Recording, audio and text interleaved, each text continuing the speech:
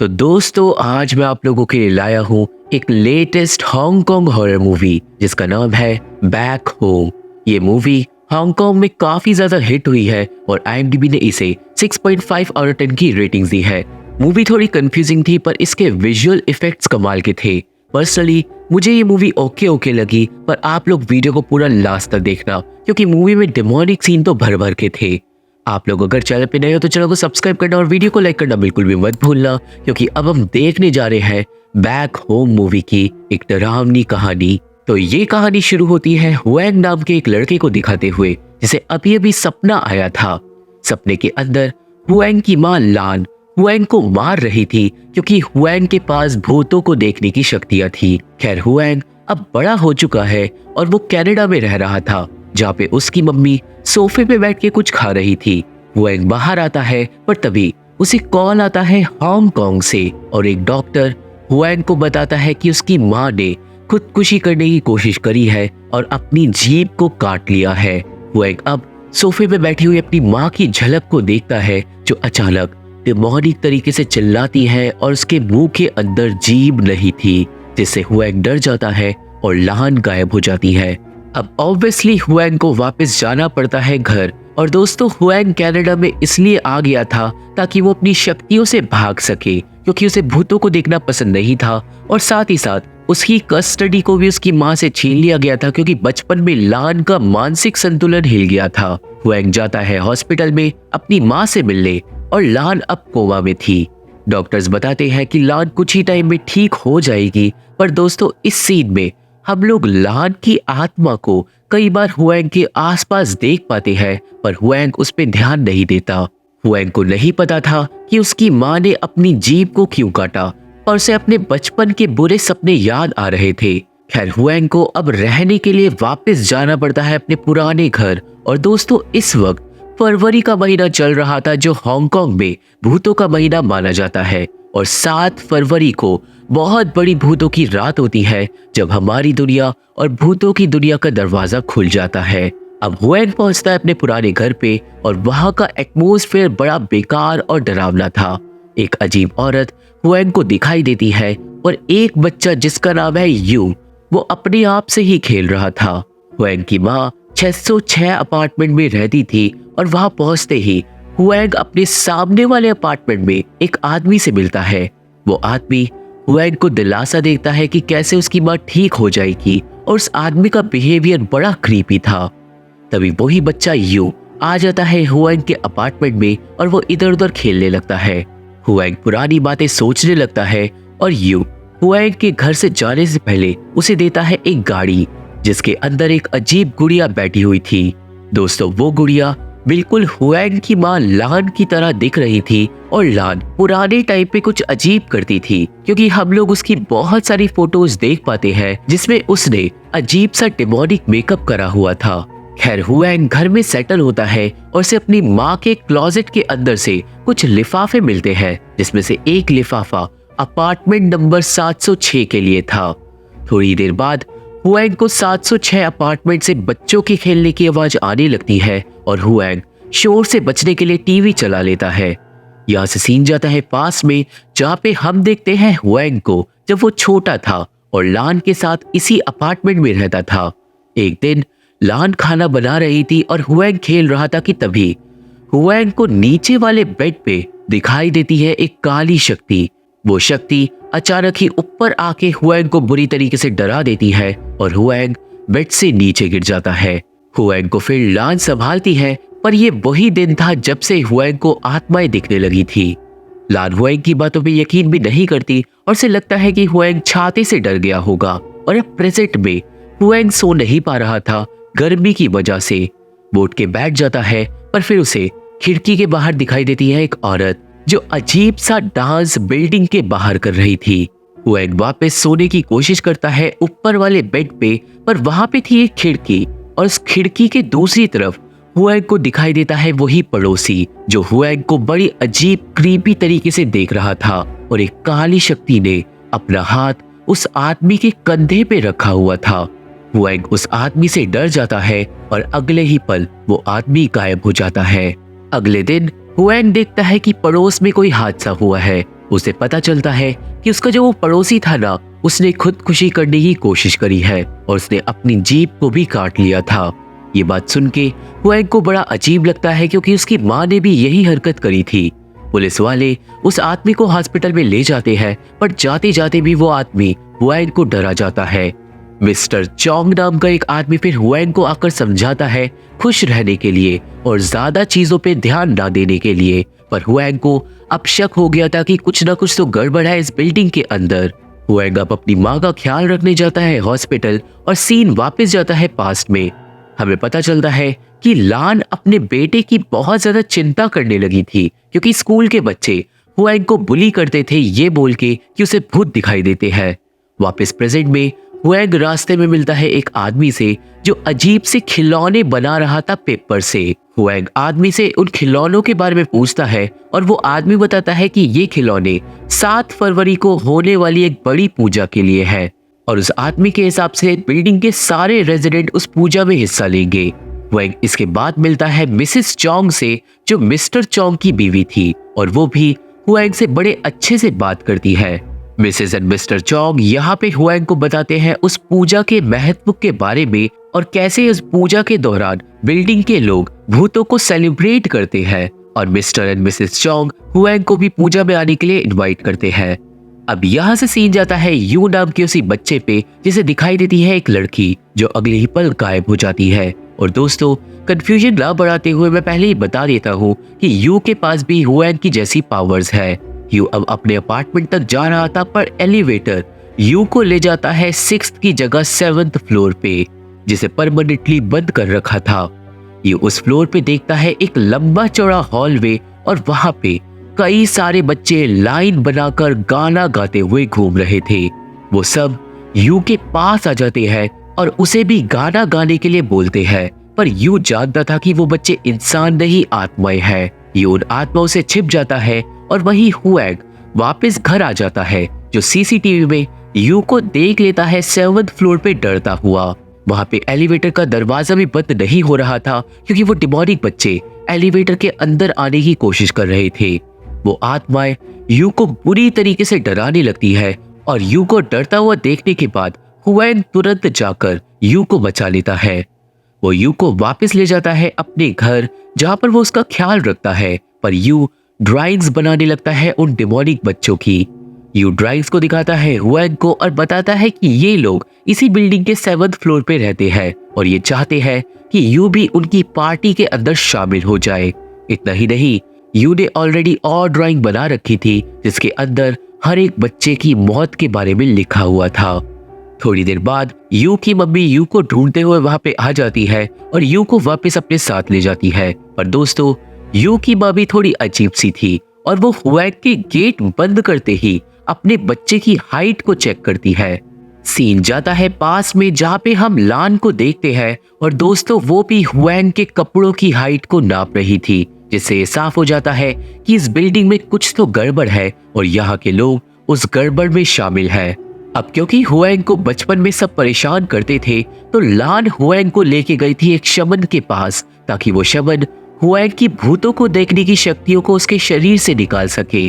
वो शमन हुएंग को देखता है और तैयार हो जाता है एक रिचुअल करने के लिए। दोस्तों, उस रिचुअल में हुएंग को एक गरम डंडे से पीटा जाता है और उसके शरीर से उन शक्तियों को पीट पीट कर बाहर निकाला जाता है। हुएंग बहुत ज्यादा रोता है और लान उस रिचुअल को नहीं रोकती। रिचुअल खत्म होने के बाद शमन बोलता है कि अब हुएंग भूतों को नहीं देख पाएगा, पर यह बात सच नहीं थी। वापस प्रेजेंट में हुएंग नहा रहा था जब उसे एक बच्चे की रोने की आवाज टंकी के अंदर से आने लगती है। तभी कोई गेट पे आ जाता है और बाहर खड़ा था एक आदमी, पर वो आदमी गेट खोलते ही गायब हो जाता है। हुएंग थोड़ा डरने लगता है, पर फिर उसके घर पे आ जाते हैं मिस्टर और मिसेस चोंग। वो दोनों उसके लिए खाना लाए थे और उसे समझा रहे थे कि कैसे उसकी माँ बड़ी पूजा से पहले ठीक हो जाएगी और अगर वो सब लोगों की तरह अपने मन में विश्वास रखेगा तो आत्माएं हुएंग की प्रार्थनाएं सुन लेगी और उसकी माँ को ठीक कर देंगी। घर के अंदर पैरानॉर्मल चीजें होने लगती है और मिसेस और मिस्टर चोंग की क्रीपी बातों से हुएंग बहुत ज्यादा डिस्टर्ब हो गया था। उन दोनों के जाने के बाद हुएंग सूप पीने बैठता है, पर हम लोग उसके पीछे देख पाते हैं एक आत्मा जिसकी आहट जल्दी ही हुएंग को महसूस होने लगती है। सूप पीते ही हुएंग के सेंसेस बहुत ज्यादा हाईलाइट हो जाते हैं और उसे आने लगता है एक अजीब सा विजन, जिसमें वो एक खाली जगह के अंदर फंसा हुआ था और अपने बचपन के दिनों को याद कर रहा था। हमें पता चलता है कि रिचुअल के बाद भी जब हुएंग को भूत दिखाई दे रहे थे तो लान ने उसे खुद ही मारना स्टार्ट कर दिया था। कहने का मतलब लान सोचने लगी थी कि वो खुद ही अपने बेटे की शक्तियों को पीट पीट कर उसके शरीर से बाहर निकाल देगी।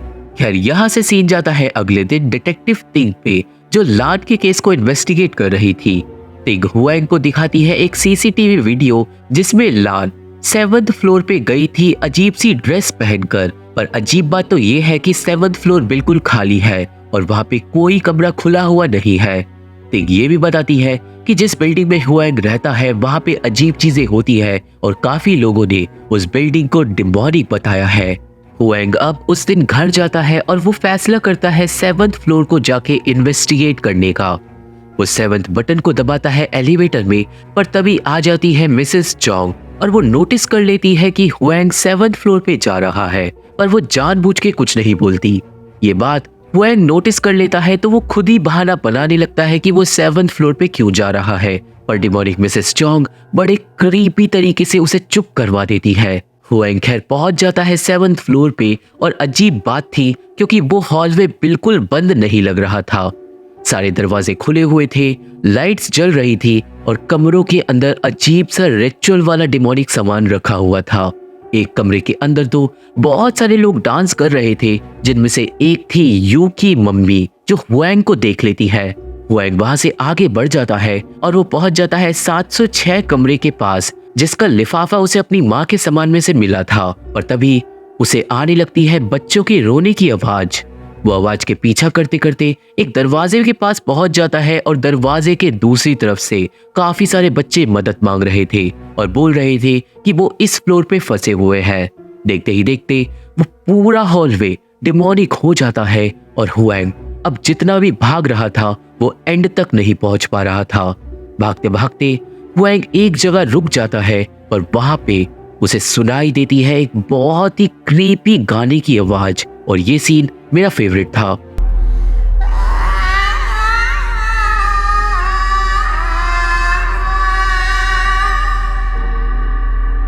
अचानक ही एक डिमोनिक चीज हुएंग की तरफ बढ़ती है और दीवार के अंदर से कई सारी आत्माएं बाहर निकलने लगती है। वो डिमोनिक चीज एंड में निकलती है उसी की माँ, जिसने अपना वो श्रृंगार कर रखा था। अपनी माँ के उस डिमोनिक रूप से डर के मारे हुएंग चिल्लाने लगता है, जिससे ये साफ था कि हुएंग अपनी माँ से कितना ज्यादा डरता था। और लान उसके बिल्कुल करीब आ जाती है, पर वो कुछ करती नहीं। वो बस उसके लिए बाहर जाने का दरवाजा खोल देती है और हुएंग तुरंत अपनी जान बचाकर घर भाग जाता है। वो तुरंत जाकर उस लाल लिफाफे को खोलकर देखता है, जिसके अंदर थी एक चाबी जो 100% 706 कमरे की चाबी है। मतलब उस कमरे के अंदर सच में कोई राज है जो हुएंग की माँ को पता था। खैर हुएंग बहुत ज्यादा डर चुका था और उसकी एंजाइटी और डिप्रेशन अब वापस आ गए थे। वो अपने नाखून को पीटने लगा था और उसे इधर उधर एक काली एंटिटी भी दिखाई दे रही थी। अगले दिन हुएंग से बात करने आती है डिटेक्टिव टिंग और उसका पार्टनर ली, और वो दोनों हुएंग से बात कर ही रहे थे कि तभी हुएंग की नजर पड़ती है एक और औरत पे जो बालकनी से नीचे गिर जाती है। सब लोग उसकी तरफ भागते हैं और एक और बार ये थी खुदकुशी की कोशिश। उस औरत ने भी अपनी जीभ काट ली थी और वो औरत भी रहती थी हुएंग की अपार्टमेंट बिल्डिंग में। हुएंग उस औरत को जाकर देखता है और वो औरत हुएंग को देखकर मुस्कुराने लगती है। पर सिर्फ वो औरत ही नहीं, बाकी बिल्डिंग में रहने वाले भी हुएंग को देखकर मुस्कुरा रहे थे। और हुएंग अब समझ गया था कि ये बिल्डिंग वाले कुछ दूसरी दुनिया का ही काम कर रहे हैं। हुएंग अब टिंग और ली के साथ इन्वेस्टिगेशन करने जाता है अपार्टमेंट बिल्डिंग में, और हुएंग के कहने पे सब लोग जाते हैं 7th फ्लोर पे, जबकि सिक्योरिटी गार्ड ने बोला था कि 7th फ्लोर पे कुछ भी नहीं है और हॉलवे में जाने का रास्ता भी बंद है। खैर हुएंग ने जो बताया उसके बाद तो डिटेक्टिव भी डर गए थे और 7th फ्लोर का दरवाजा खुलते ही सब लोग डर जाते हैं। पर खैर जैसा सिक्योरिटी गार्ड ने बोला था उस फ्लोर पे कुछ भी नहीं था। दोनों ही तरफ जाने के रास्ते दीवार से सील बंद कर रखे थे और गार्ड बताता है कि बहुत पहले यहाँ पे मर्डर हुआ था, जिसके बाद लोगों ने 7th फ्लोर पे रहना बंद कर दिया था क्योंकि 7 नंबर को भूतों का नंबर माना जाता है और जब से ही ये फ्लोर पूरी तरीके से बंद है। ये देख के हुएंग खुद के दिमाग पे ही सवाल करने लगता है और उसे समझ नहीं आता कि क्या सच है और क्या नहीं। और तिंग और ली को लगने लगता है कि शायद हुएंग के साथ कोई मेंटल प्रॉब्लम है और एंड में वो सब उसे अकेला छोड़कर चले जाते हैं।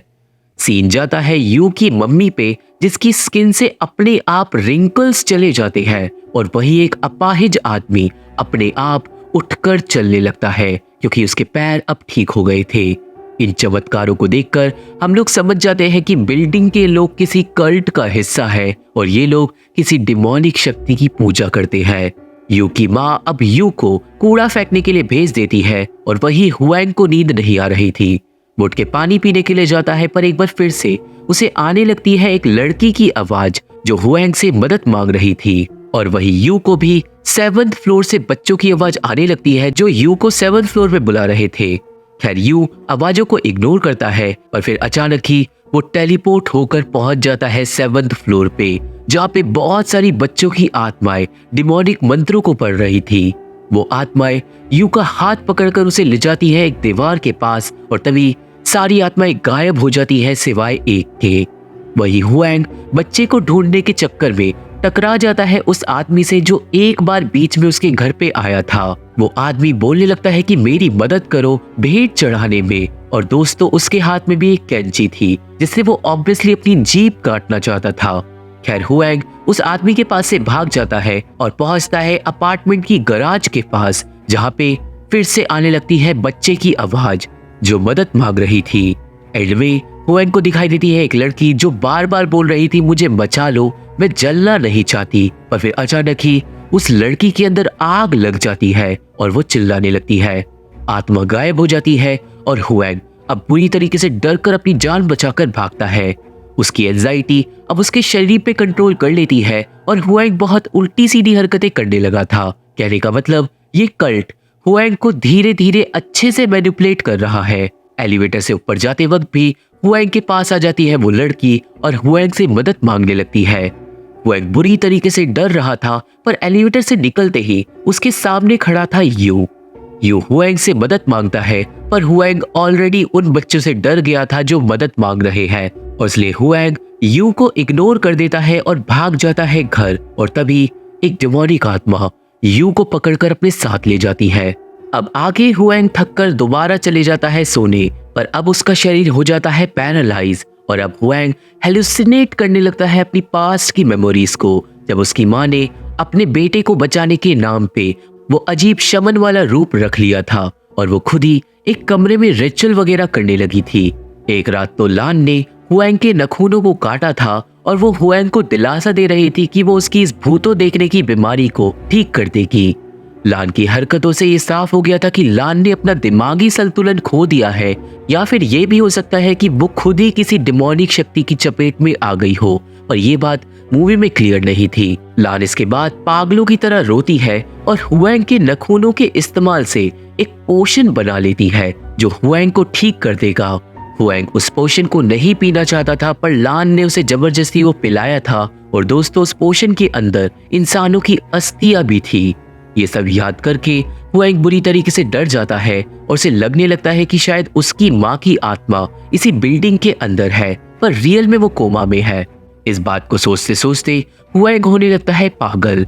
उसे डिमोनिक विजन्स आते रहते हैं, उसका नखून पूरी तरीके से टूट जाता है। और दोस्तों ये चीज मूवी में बड़े अच्छे से पोर्ट्रे करी है कि कैसे धीरे धीरे हुएंग अपना दिमागी संतुलन खो देता है घर पे वापस आने के बाद। हुएंग पूरी रात नहीं सोता और अब हो जाती है सुबह। हुएंग अब सोचता है यू से जाके मिलने की, क्योंकि कल रात उसने उसकी बात नहीं सुनी थी।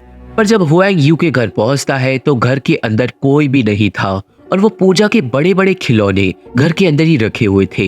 इतना ही नहीं, असल में आज तारीख थी 7 फरवरी, मतलब आज ही रात को वो बड़ी पूजा है।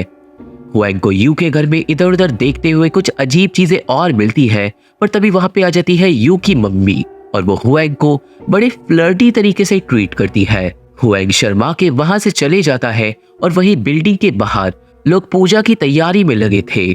हुएंग को थोड़ी देर बाद यू मिस्टर चोंग के साथ मिलता है, पर यू अब हुएंग से बात नहीं करता, जो कि थोड़ी अजीब बात थी।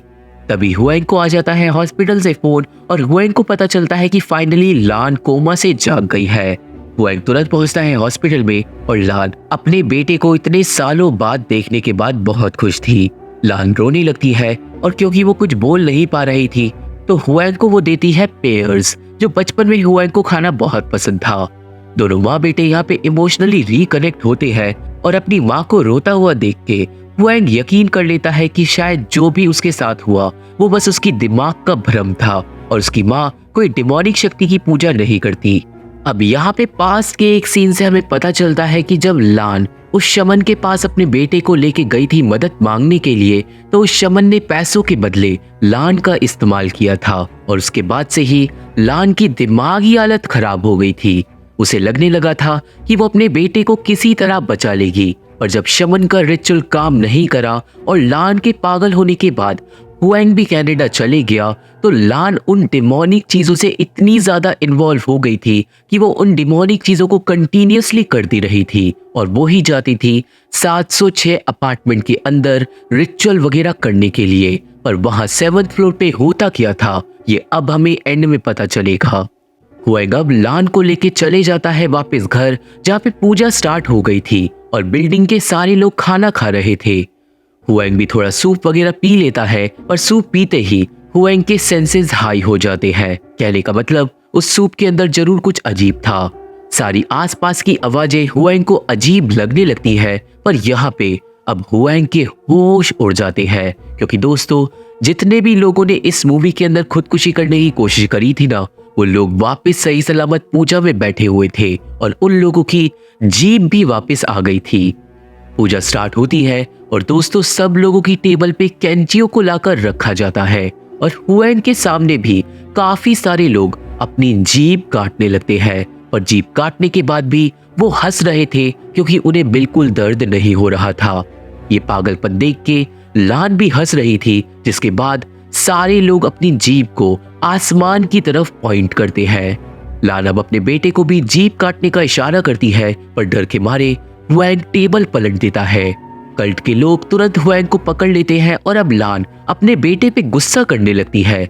लान की जीभ भी वापस आ गई थी और वो बोलती है कि उसने इतना सब कुछ हुएंग के लिए किया और फिर भी उसने आज उसे शर्मिंदा कर दिया। अब तभी ड्रम्स बजने लगते हैं और वहां पे आती है यू की मम्मी, जिसके लिए सारे लोग तालियां बजा रहे थे, और यू ने अपने बेटे को एक पिंजरे जैसी जगह में बंद कर रखा था, जिसके अंदर से यू का खून धीरे धीरे छोटे छोटे कप्स के अंदर बाहर निकाला जा रहा था। मिसेस चोंग अब स्टेज पे जाके स्पीच देती है कि आज 7 फरवरी की रात को भूतों की दुनिया और हमारी दुनिया एक हो जाएगी और थोड़े से सैक्रिफाइस के साथ हमारी इच्छाएं पूरी होंगी। कहने का मतलब ये लोग भूतों को भेंट चढ़ाएंगे और बदले में इन्हें इनकी विशेष मिलेगी, और दोस्तों वो भेंट है यू। तो यहाँ पे फाइनली हम लोग समझ जाते हैं कि इस बिल्डिंग में इतने सारे बच्चों की आत्माएं क्यों है, क्योंकि हर साल ये लोग एक बच्चे की बलि चढ़ाते हैं। इस कल्ट की लीडर है मिसेस चोंग और ये डिमोनिक कल्ट सालों से इस बिल्डिंग के अंदर रह रहा है। बचपन में हुएंग को भी इसी बलि के काम के लिए चुना गया था और इसलिए उसे डिमोनिक आत्माएं दिखने लगी थी, पर क्योंकि उस टाइम पे लान की दिमागी हालत खराब हो गई थी तो हुएंग की कस्टडी उससे छीन ली गई थी। खैर लान उस वक्त तो कल्ट का हिस्सा नहीं थी, पर कल्ट ने लान को मैनिपुलेट करा था और उसे दिलासा दिया था कि किस तरीके से वो अपने बेटे को ठीक कर देगी, और इसलिए लान भी फिर कल्ट का हिस्सा बन गई थी। और हमें एक बात इस मूवी में ढंग से नहीं बताई गई कि वो 7th फ्लोर का राज है क्या, पर मेरे ख्याल से 7th फ्लोर पे ही ये कल्ट पहले बच्चों की बलि चढ़ाता होगा, क्योंकि उसी फ्लोर पे हुएंग ने कल्ट की चीजों को देखा था और शायद 706 कमरे के अंदर उन सारे बच्चों की लाशें होंगी। पर आपको क्या लगता है मुझे कमेंट में जरूर बताना। इतना ही नहीं, शायद बलि चढ़ाने वाली और कोई नहीं लान खुद होगी, और इसलिए ही कल्ट वालों ने लान को वैसा श्रृंगार करवा रखा था ताकि वो रिचुअल वगैरह परफॉर्म कर सके। खैर ये सब देख के हुएंग को बहुत ज्यादा गुस्सा आता है। वो यू को बचाने के लिए भागता है, पर अभी अभी जो उसने सूप पिया था उसकी वजह से हुएंग हो जाता है बेहोश और पहुंच जाता है एक काली सी जगह में। मिसेस चौंग बोलती है कि अब सब कुछ ठीक हो जाएगा, जिसके बाद हुएंग जाग जाता है एक हॉस्पिटल में, वो भी कनाडा के अंदर। वहां पे डॉक्टर्स बोलते हैं कि हुएंग बेहोश हो गया था ज्यादा डिप्रेशन की गोलियां लेने के बाद। इतना ही नहीं, कनाडा में हुएंग अपनी वाइफ और अपनी माँ को भी देखता है और वो दोनों उसे समझाते हैं कि कैसे हुएंग को कुछ मेंटल प्रॉब्लम्स है। और इतना ही नहीं, हुएंग की वाइफ प्रेग्नेंट भी थी। लान अपने बेटे को बच्चे की दिल की धड़कन सुनने को बोलती है, पर हुएंग जब ऐसा करता है तो उसे कुछ भी सुनाई नहीं देता और वो समझ जाता है कि कुछ तो गड़बड़ जरूर है। वो वहां से भागने लगता है, पर लान उसे रोकती है। लान और हुएंग की बीवी अचानक डिमोनिक हो जाते हैं और अचानक कमरे का जो दरवाजा था वो बदल जाता है लाल कागज के दरवाजे में। हुएंग उस दरवाजे से बाहर गिर जाता है और वो दरवाजा निकलता है रूम नंबर 706 का। हुएंग की बीवी बदल जाती है एक गुड़िया में, क्योंकि वो असली थी ही नहीं। और अचानक ही हुएंग वापस पहुंच जाता है पूजा के अंदर, जहां पे उसे होश आ गया था। हमें पता चलता है कि कल्ट वाले हुएंग को भी कल्ट में ज्वाइन करवाना चाहते हैं और हुएंग देखता है कि कल्ट ने यू के पिंजरे को आग के पास रखा हुआ है और इसका मतलब वो लोग यू को जलाने वाले हैं। हुएंग के पास आता है मिस्टर चोंग और वो हुएंग को देता है एक कैंची अपनी जीप को ऑफर करने के लिए, पर हुएंग गुस्से में कैंची उठाता है और मिस्टर चोंग को ही बुरी तरीके से स्टैब कर कर भागता है यू की तरफ। वो यू को पिंजरे से बाहर निकाल लेता है, पर दोस्तों यू अब मर चुका था, मतलब बलि पूरी हो गई और कल्ट फिर से एक और बार अपने डिमोनिक मिशन में कामयाब हो गया। हुएंग यू को लेके जमीन पे बैठ के रोने लगता है और तभी कल्ट वाले पूजा सक्सेसफुल होने की खुशी में पटाखे फोड़ने लगते हैं और यहाँ पे फाइनली हुएंग अपना दिमागी संतुलन खो देता है और वो हंसने लगता है। और शायद इसके बाद अब वो भी कल्ट का एक पार्ट बन जाएगा और मूवी यहीं पे खत्म हो जाती है। तो ये थी एक्सप्लेनेशन बैक होम मूवी की और मुझे आशा है कि आप सभी को ये मूवी समझ आ गई होगी और मेरी वीडियो पसंद आई होगी। ये मूवी देखनी है तो मेरा टेलीग्राम चैनल ज्वाइन करना होगा, मेरे फेसबुक पेज करेंगे, बाकी social media link description box में मौजूद है। तो अगर आप लोग मेरे से जुड़ना चाहते हो और मेरे से बात करना चाहते हो तो वहाँ पे फॉलो जरूर कर सकते हो। वीडियो पसंद आई है तो वीडियो को लाइक करके और चैनल को सब्सक्राइब करके हमारा सपोर्ट जरूर करना, क्योंकि इन्हीं चीज से हमें हेल्प मिलती है। और मैं आप लोगों से मिलता हूँ अपनी अगली वीडियो में, तब तक के लिए थैंक यू, बाय बाय।